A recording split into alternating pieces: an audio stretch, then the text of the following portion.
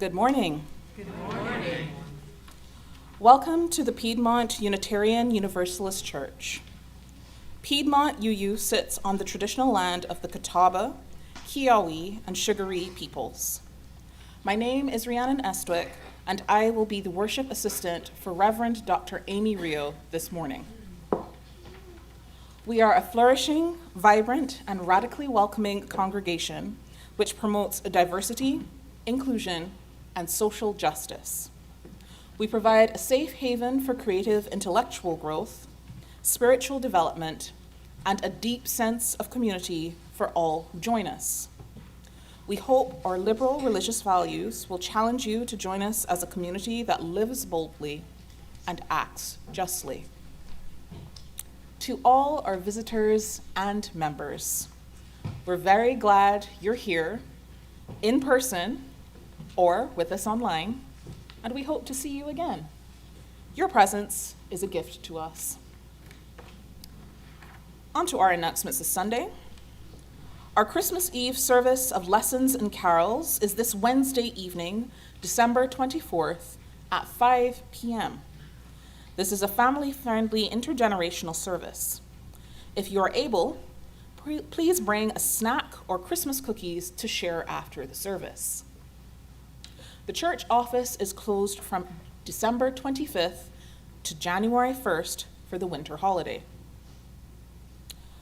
Susan, our Finance Committee chairperson, has an announcement for us at this time.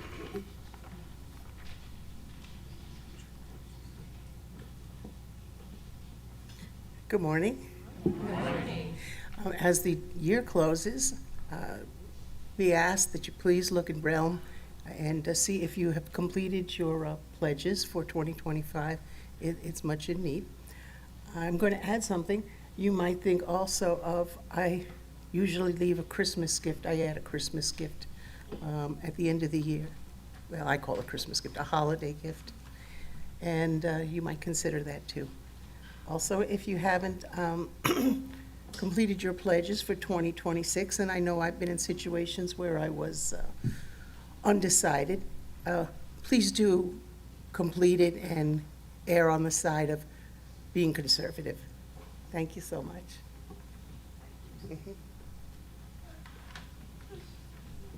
Thank you so much, Susan.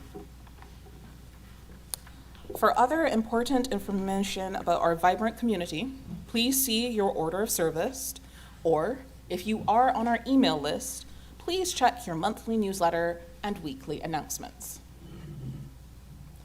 Whatever brought you to this place at this hour, we welcome you. May you find something that you need, and may you leave richer in spirit than when you arrived.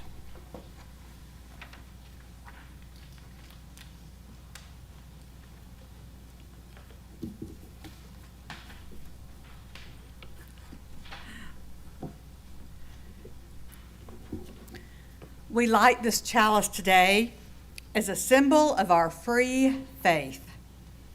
We light this chalice to remember the miracle of the oil that burned for 8 days as the seed for Hanukkah. We light this chalice for the season of Advent as we await the light of Christmas Day. We light this chalice today as a symbol of the divine light and hope that resides here among us and in our world. I invite you now to please join me in singing the words to the lighting of our chalice, which are found in your bulletin.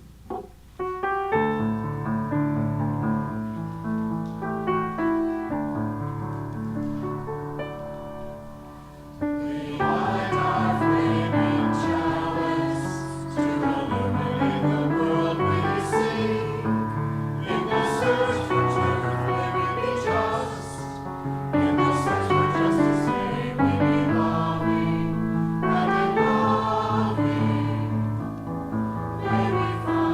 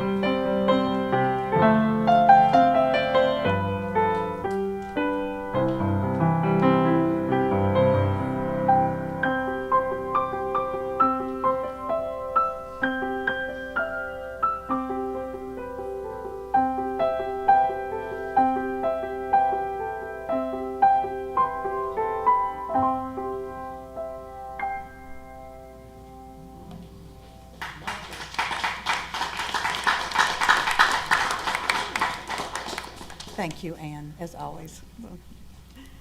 I invite you now to please rise and body your spirit for our call to worship found in your bulletin.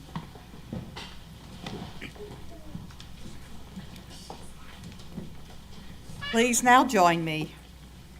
In times when despair feels reasonable and cynicism seems wise, we gather to practice radical hope, not passive waiting, but active defiance against forces that would diminish our humanity. Together we choose hope as resistance, imagination as rebellion, and love as our most revolutionary act. Come, let us worship together. Our opening hymn is found in our gray hymnal, number 226, People Look East.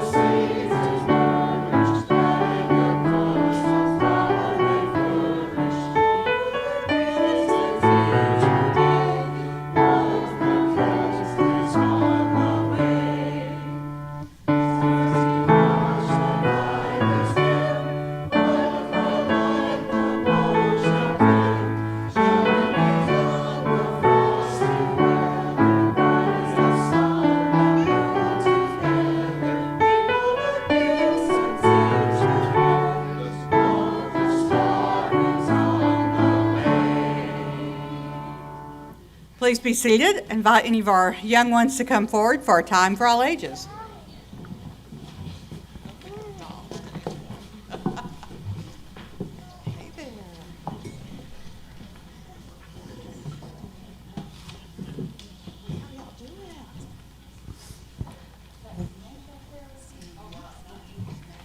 Welcome.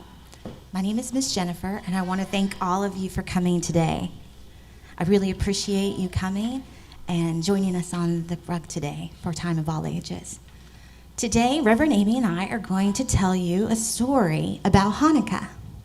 So let's get everybody kind of moved around so you can see the book.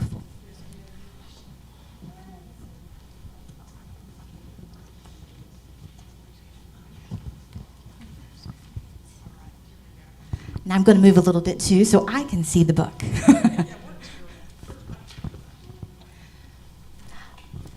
My name is Lior, which is a Hebrew name that means my light.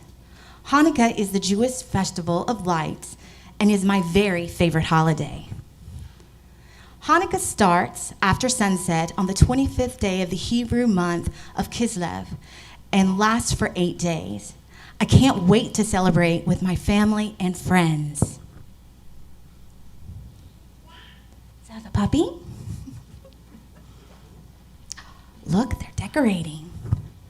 There's a lot to do to get ready for the holiday. Mom, Dad, and I clean and decorate the house. After we're finished, Tootsie and I set the table. Who's Tootsie? Is that the dog? Yeah, that's a cool name for a dog, isn't it? Mom takes down the Hanukkah menorah from its shelf and polishes it until it shines. A Hanukkah menorah is a candelabra with 9 candle branches, 1 for each of the 8 nights of Hanukkah, and 1 for the Shamash, or the special helper candle.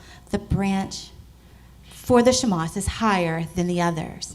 And we have a special thing for us today after Time of All Ages. We're going to be lighting the menorah ourselves. Tootsie and I sit down to listen to Mom retell the Hanukkah story. After the Maccabees' victory over the Syrian army in the 2nd century BCE, the Holy Temple of Jerusalem was reclaimed. When it came time to rededicate the temple and light the great menorah, there was only enough oil to last for 1 day. But miraculously, the oil lasted for 8 days. Mom reminds us that that's why Hanukkah is celebrated for 8 days and why we eat food cooked in oil during the holiday. Do you guys like any food that's deep fried in oil? What do you like? You like French fries? And funnel cakes, maybe? Do you like funnel cakes in the summer? Dad, Mom, and I go to the store to buy the ingredients for the latkes, the special potato pancakes that we eat during Hanukkah. When we get home, I grate the potatoes, Mom stirs the eggs and matzo meal, and Dad fries the latkes in hot sizzling oil. Now the house smells like a holiday. Yeah, you like when it smells like food for the holidays? After we finish cooking, Tootsie and I go up to my room to finish making presents for my parents and all of our guests. If I'm lucky, there'll be presents too. Ding dong! I rush to the door. Hi, Bob. Hi, Zeit. My grandparents are the first to arrive. My grandpa is carrying a big pan of noodle kugel. Yum. Knock, knock. Anyone home? Aunt Rachel, Aunt Nessa, and little baby Sasha. And right behind Bob and Zeit, carrying sour cream and homemade applesauce to serve the latkes. Wait here, calls Uncle Caleb, and he and Aunt Verda step inside. Uncle Caleb is carrying freshly baked challah, the special braided bread we eat on Shabbat and many Jewish holidays. And Aunt Verda is holding a big bouquet of flowers to place in the center of the table.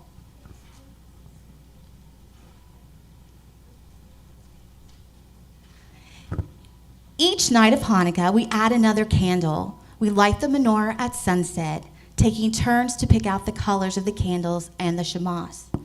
On the last night of Hanukkah, my synagogue has a big party so the whole community can celebrate together.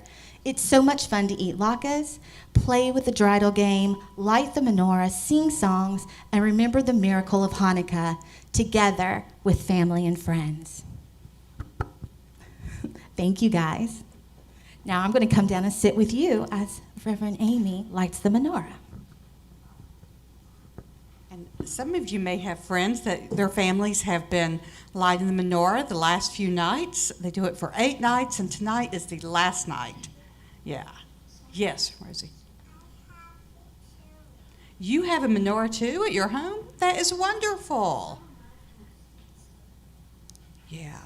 People do lots of different things, don't they? Yeah, lots of different ways they can honor family traditions. So, okay, let's.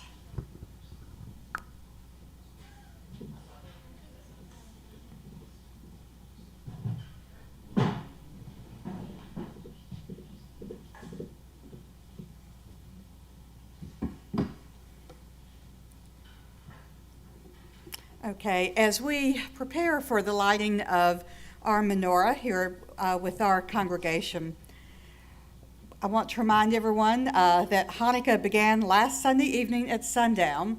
So today we are actually in the 7th day of Hanukkah, and we will be lighting 7 of our candles.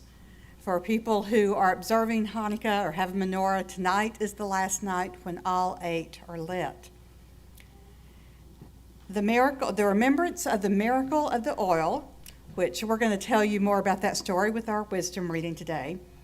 The oil which lasted 8 days and nights, and the light which always shines through the struggle. So no matter how difficult the struggle, the light continues to shine. Today, in the lighting of our menorah, we honor a foundational heritage of our faith. And also today, I ask for us to especially remember all the lives lost and those harmed with the shooting in Australia last week on the observance of the first night of Hanukkah. So as Rhiannon begins to light the candles, I'm going to say one of the traditional Hanukkah blessings for the lighting of the menorah.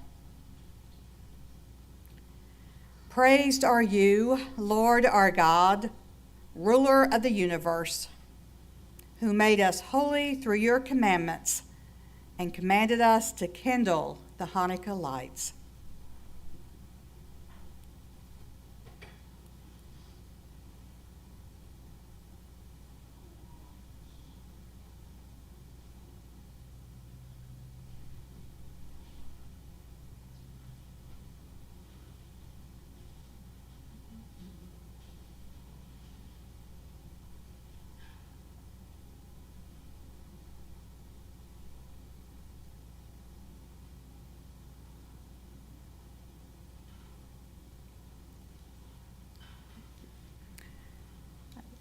So at this time, we will sing out our children as we continue with our service.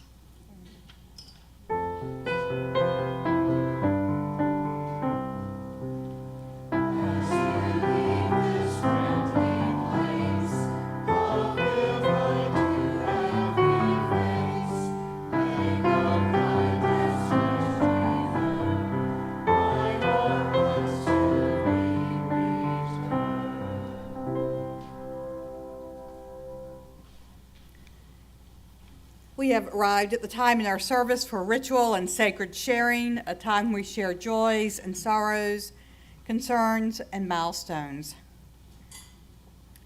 For this week, we light a candle first for Rachel M. from our Salisbury gathering. Rachel had an ankle surgery from a broken ankle a few days ago and is hobbling around but doing okay and appreciates support people have offered for her. We also light a candle for Emmett, Ann's new great-grandbaby, who has been in the hospital for past couple days with a heart condition they are working with, and he's just a couple weeks old. So we know this has been difficult, and they're hoping he'll be able to go home tomorrow. We light a candle for all who've been impacted by ICE raids and activity, for the immediate relief of the people of Gaza,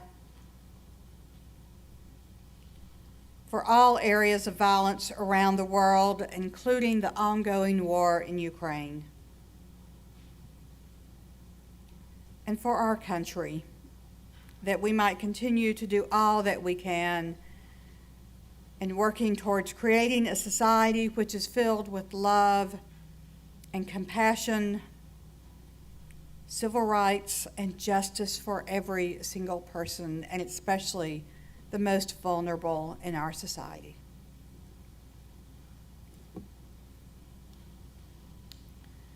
Now, at this time, you have an opportunity to come forward as you would like to do so. I invite you to come forward along the far wall. We have our stones with our shared water over by the prayer cards today, so we can keep away from the flammable menorah. So I've got lots of stories about my children and my son in flames. So yeah, who couldn't stay away from the fire. So anyway, over there we have our stones. We also have our prayer card. So you may place a stone in our shared water. You may fill out a prayer card to place on the prayer stand. Or you may have Rhiannon help you light one of the candles.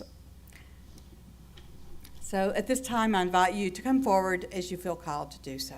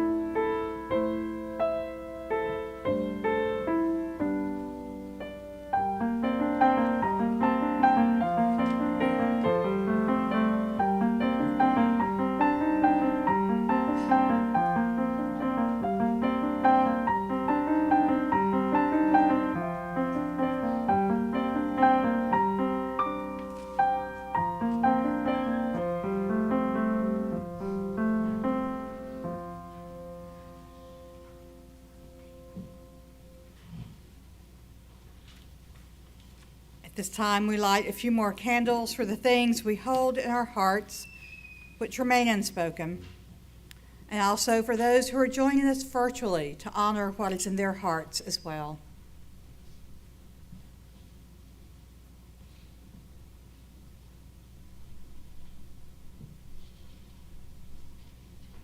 Now, at this time, I invite us into a period for quiet rest, meditation, or prayer.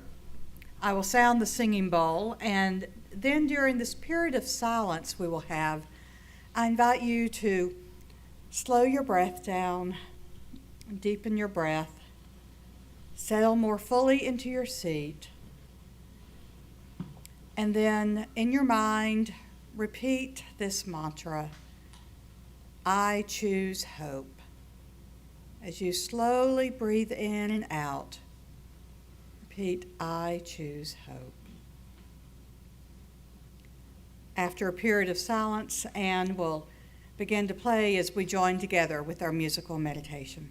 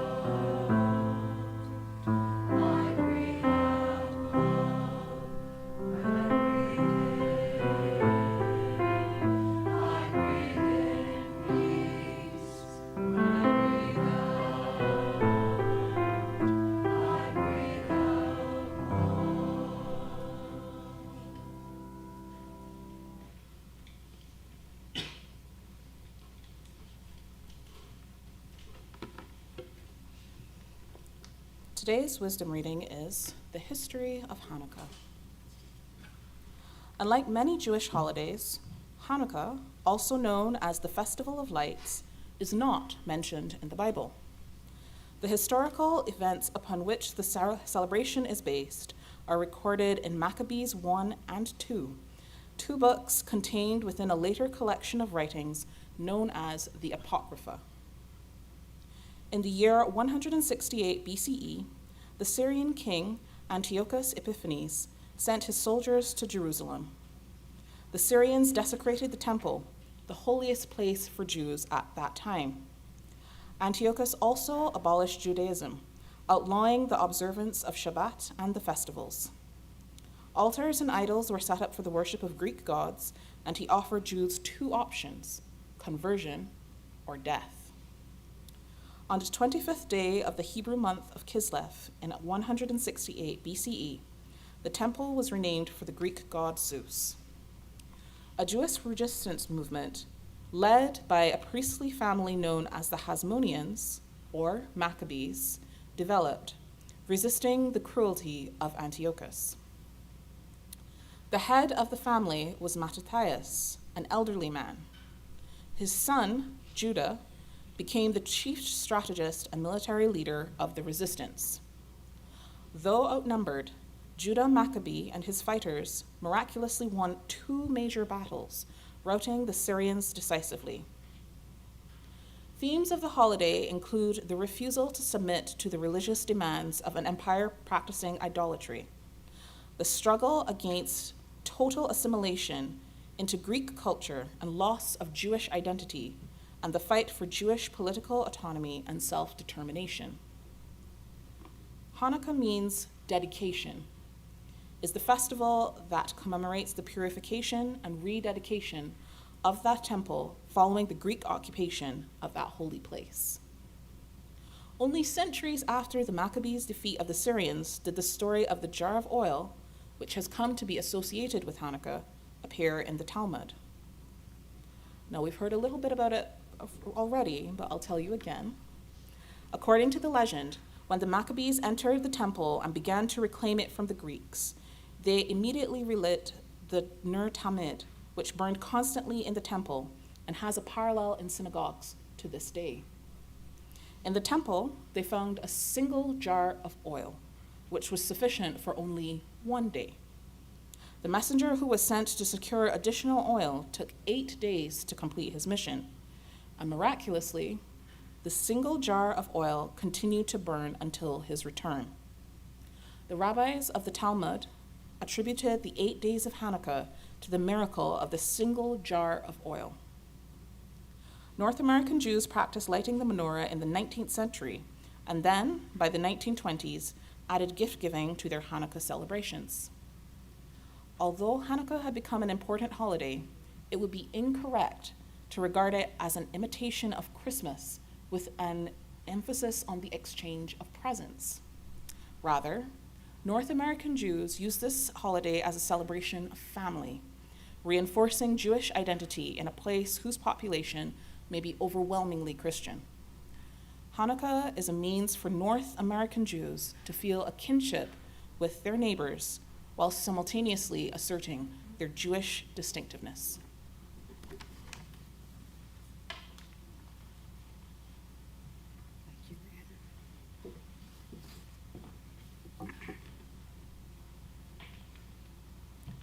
Now, as we all know, at this time of year, we are in the midst of a number of special religious observances.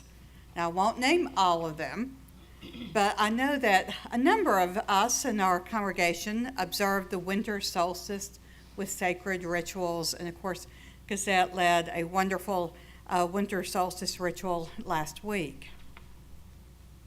I also know that Wednesday night for Christmas Eve, we will have a full house here.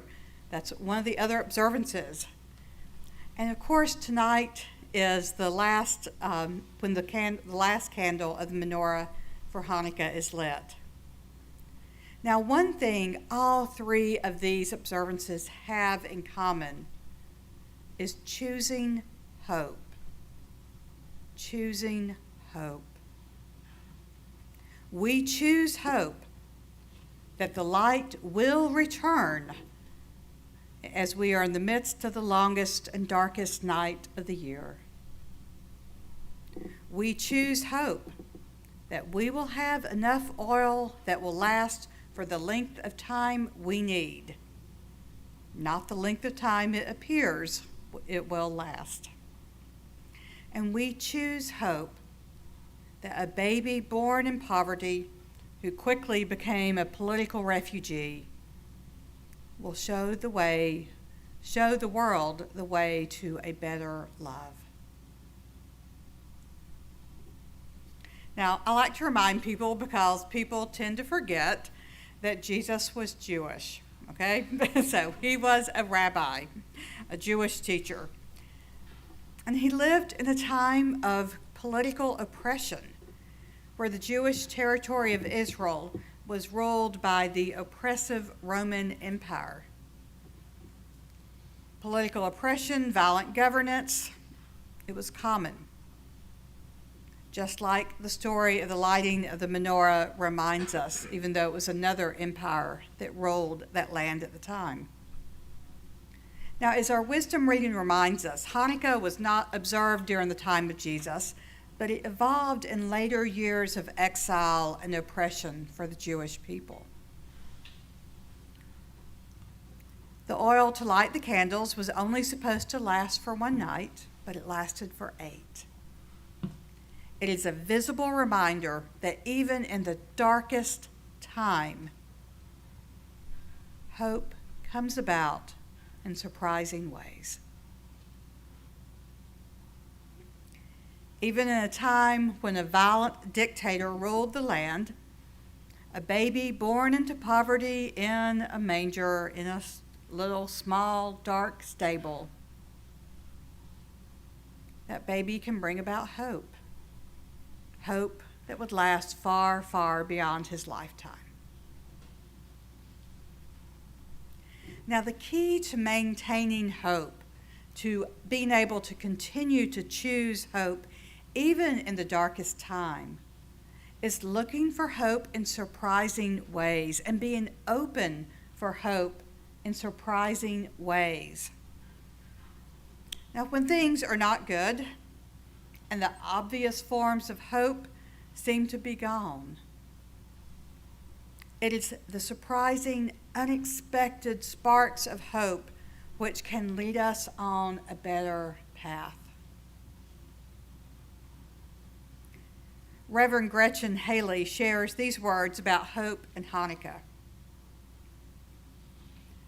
I think it's important that we remember, and what makes this story especially important for us today, is that there's something else miraculous that happened, something that made the 8 nights possible in the first place.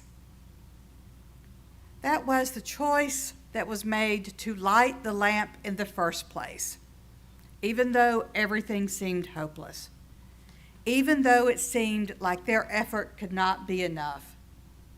Someone chose to light that lamp.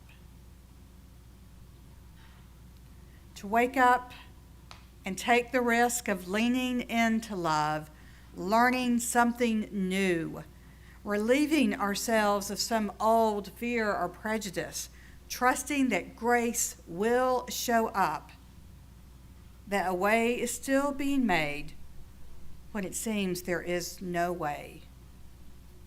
That is choosing hope.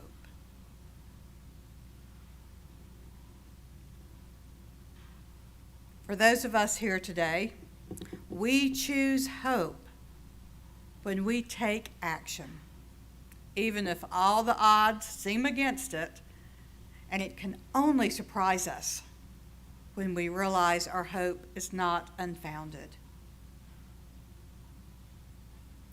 So what are some ways that we can do this? How can we choose hope in surprising ways? Now, first, if you read the newsletter beginning of this month, you will notice that I've asked each person who is part of our faith community to spend a few moments each day during this month looking at some kind of flame or light, representing the divine light. And in these few moments, whether it's a lit candle or the chalice flame on the UUA web on your cell phone, or it's the sunlight outside, or maybe it's even a light on your Christmas tree, just spend a few moments looking at that light and saying the words, I choose hope. This practice reorients us away from pessimism and hopelessness and despair. This practice helps us open our hearts and our eyes each day to recognize hope when it appears. When we are overwhelmed by the awfulness, the darkness around us, sometimes we don't recognize hope when it appears. So this practice of inviting that into our lives, of looking for the light and saying, I choose hope. That sets the stage, the foundation for us to be able to recognize hope when it does appear. Now, second, it's important to acknowledge despair when it comes and then give it the space we need to grieve. Rebecca Solnit wrote, "Despair is often premature. It's a form of impatience. It is when we are impatient and desperate that we hold so very tightly on to the idea of how things should be. That is when we are unable to be surprised by the unexpected ways hope can appear. When we hold so tightly, there's no room for the light to get into this closed fist we have, our closed mind, our closed ideas, our heart." Now, I think many of us have heard that old adage, when someone is looking or wanting a romantic partner, that, well, honey, if you just stop looking, stop focusing on that, that's when it's going to happen. You think, what does that mean, right? But when someone is able to let that go, to release that desire, they can be surprised by love. There is a difference between a desire that we hold so tightly that there's no room for light, and a desire that we hold with our hearts and hands open, with our spirits open to receive whatever the gift that divine light might bestow upon us. And 9 times out of 10, it will happen in a surprising way. So we choose hope. We choose hope in surprising ways by meditating on the light and hope, practicing patience, and lastly, we recognize the communal aspect of hope. We gather here today in community. We are here in person. We have so many joining us virtually. And in this community, together, we choose to be hopeful. Hopeful that the oil in the menorah is enough. That the seemingly insignificant baby will have great wisdom from which so many can learn. And that the light will return to brighten our days. Each small flicker of hope we carry within us, when we come together in community, whether it's in person or virtually, or all the ways we can be in community together, we take those little flickers of light and of hope within us, and they join together to create a mighty light that shines so brightly for this world to see. This congregation here, we carry great light and hope for a world which is struggling with great darkness right now. All of us as individuals, and even more so as a community together, we shine brightly.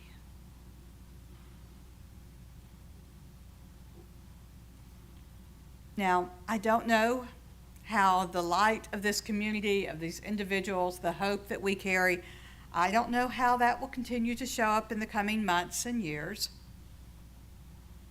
But I do know it's important for us to look for and to welcome the surprising way that our lights will shine. And those surprising moments of hope will be far greater than any we could create in our own imagination. Today, we give thanks for the ways that hope continues to shine, especially in the unexpected ways. And today we choose hope. We choose hope yet again. May it be so, blessed be. Amen.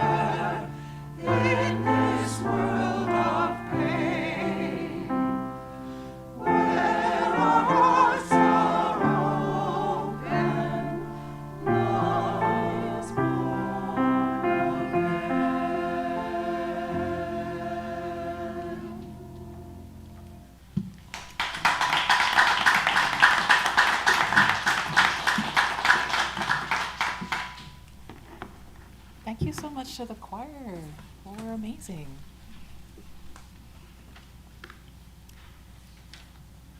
Let there be an offering to sustain and strengthen this place, which is sacred to so many of us, a community of memory and of hope, for we are now keepers of the dream. This month, we are sharing our offering plate with Rowan Helping Ministries. Rowan Helping Ministries, now celebrating its 38th year, works to move people out of crisis, poverty, hunger, and homelessness in Rowan County. The organization was built and continues to thrive on the generosity of volunteers who give their time, talents, and treasures. Our hosts will pass around the baskets, and we ask that you pass the baskets down your row when you receive them. You may place your gift in the baskets as they make their way around the room. And, as always, you are welcome to give online at puuc.org or by texting PUUC at the number 73256. Today's offering will now gratefully be received.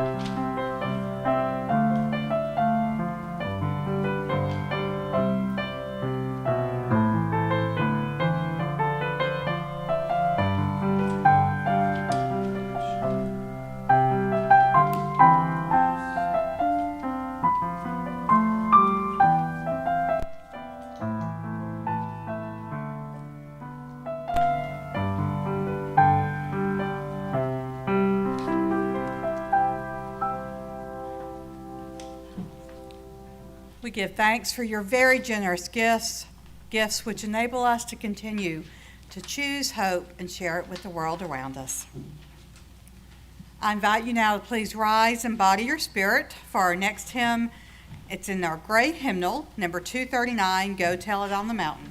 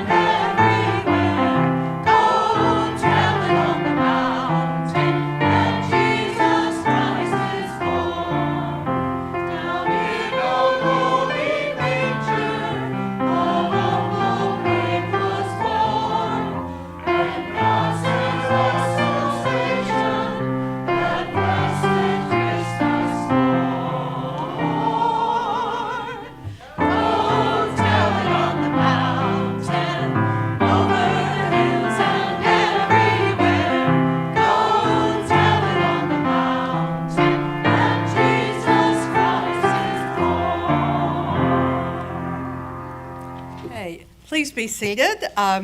We have some new members who are going to join us, and I invite them to come forward at this time.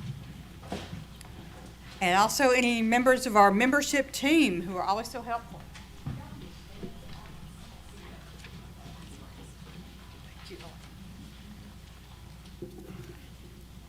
So I invite everyone to please look at the insert in your bulletin so you can follow along, because everyone has a part this morning. So we are thrilled to welcome new members into our church family today. These individuals have gone through the Pathways to Membership course. They have learned about UU history and theology. They have explored the basic tenets of the spiritual journey and how that applies to them individually. And we've had individual conversations about what it means to join our church. Today, they are committing to support our church community with their time, talents, and treasures. So I'm going to introduce them to you first and begin here with Christine. Now, some of you will say, I recognize Christine. So Christine was a member who moved to up north about 3 years ago, a little over 3 years ago, about the time I came here. And we were emailing. Fortunately for us, she is now back down in this area to be close to her family. Now, Christine grew up outside of Binghamton, New York, attended the Fashion Institute of Technology in New York City, which I would really love to have some more conversations about that sometime. Christine worked at a residential health care facility for 36 years in the Human Resources Department. And so we are so glad to have Christine back in this area. Beside Christine is Tamu. Tamu is originally from New Jersey, and I will say found us, moved to this area to be closer to her sister from Washington State. But the good fortune for us is that when Tamu moved here, she and Christine are next door neighbors. And so, and I can't remember who actually owns the dog officially, but they share this dog that goes back and forth. Okay, I just know there's this joint dog that has two wonderful homes. So Tamu built a career both in education and human resources where people-centered work has always been at the heart of her work. She enjoys using her experience to continue serving others and supporting strong communities. We have Marty over here. Marty moved to Charlotte about 18 months ago to live closer to her daughter and granddaughters. And Marty lived on the Outer Banks for over 25 years and was in Raleigh for a period after that. She is retired from a career in city planning and Outer Banks Homes, a residential construction company. Marty has been fortunate to have a spontaneous opportunity to travel to Italy and also lived on the Crow Reservation in Montana for a while. Marty enjoys bluegrass, reading, and walking her dog, Buddy. Hex is beside Marty, Hex is a builder of systems, stories, and worlds. Now, his career is in logistics and operations. Now, apart from work, and this next part, if you're one of the gamers in our community, I know who some of you are, this is going to think, oh yeah, I want to talk to Hex. So, apart from work, Hex enjoys creating dark fantasy settings, characters, and games. So with his gaming weaving mythology, tarot symbolism, and lived experience. He enjoys collaborative storytelling, thoughtful world building, and games that reward clever play. He enjoys interacting with others who appreciate that gaming experience. So I know all of you gamers out there, I hope you'll be able to make a good connection there. And lastly on the end is Ricky. Now, Ricky Lee is named after her dad, Richard Lee, which I think is wonderful. And I hope we get to meet him one day, Ricky. So she lives in Concord with her husband, Jake, and their two dogs, Piper and Alice. She has lived all over Florida and Nebraska, where most of her family lives. Ricky works in Corning, Inc. in Midland as an IT analyst and developer and enjoys crocheting and watching hockey in her free time. I did not ask you who your favorite hockey team is, so. Oh, the Canes. Okay, we'll make that real clear for people here. So, all right. So I invite everyone now to look at your insert. And our first question is for our new members. So today we welcome into our community these new members who have chosen to make a commitment to this congregation by signing our membership book, which they will do in just a few moments. They commit to supporting our church through their time, talents, and treasures. So for our new members, we are so glad to have you here with us and that you have chosen this community of fellow seekers to travel with you on your life's journeys. Will you accept our gifts of fellowship, discovery, and service? Will you offer us your unique presence and gifts? Will you add your name to the long history of Unitarian Universalist people who spread hope with our living faith? Will you engage with us as we seek to create a community and a world dedicated to love and justice? Response is we will. We will. All right, congregation, all of you have an important role today. Will you welcome these new members with the warmth and comfort of your fellowship? Will you seek to add your strengths and talents to the new gifts that they bring to us? Will you share our triumphs and our struggles as our community grows and changes? We will. Now let's all together join in our covenant of purpose and right relation as each one of us renews our commitment to our church community. We encourage and support individual freedom of religious beliefs for all. We share in the loving ministry, each for the other, and thereby provide for our emotional, physical, and spiritual well-being. We are dedicated to providing religious education for our children, which will enhance the positive worth of each child. We will strive toward social responsibility with the purpose of strengthening an individual commitment to self, congregation, and community. We will seek the truth to enlighten and acknowledge human accomplishments and possibilities. Love is the spirit of our church, and service its prayer.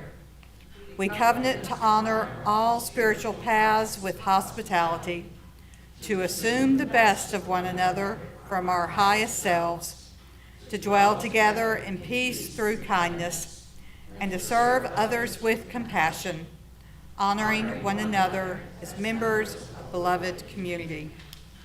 All right, so we have the membership book over on the table, and Elaine and Val can help y'all to do that, and then we have a gift. They're already over there too, yes.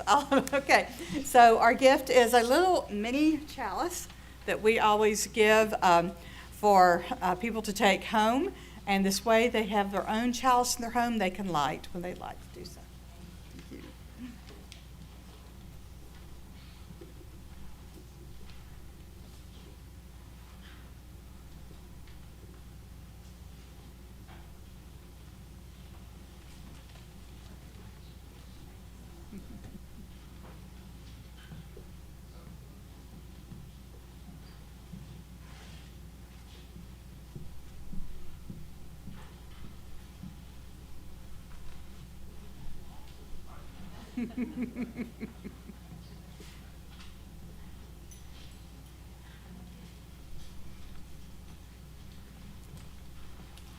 you. I've noticed for those of you who are here virtually or maybe sitting a little farther away, we seem to have some lefties who are making connections. So love left-handed people. I have a parent to one, so yes.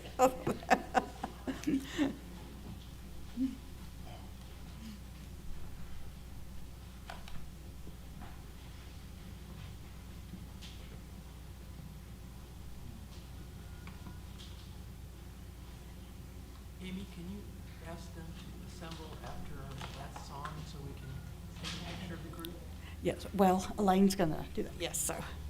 And for our new members, member Elaine is going to take headshots of each one of you so we can have a good picture for our directory and also for our board up there. So after the service, Elaine will find you and do that. So let us rise and body your spirit as you are able. And as we do each Sunday, before we extinguish our chalice, I want to offer thanks for all the many volunteers who help make this service possible each Sunday.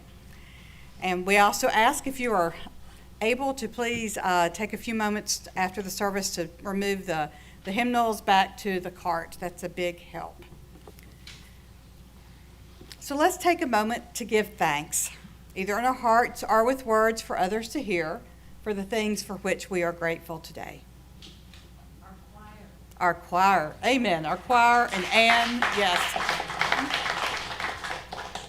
Thank you for welcoming me. And Christine, for those joining us virtually, Christine says thank you for welcoming her, and we are so thrilled you're here. So. We're new members. That's right. Yes, we're grateful for all of our new members.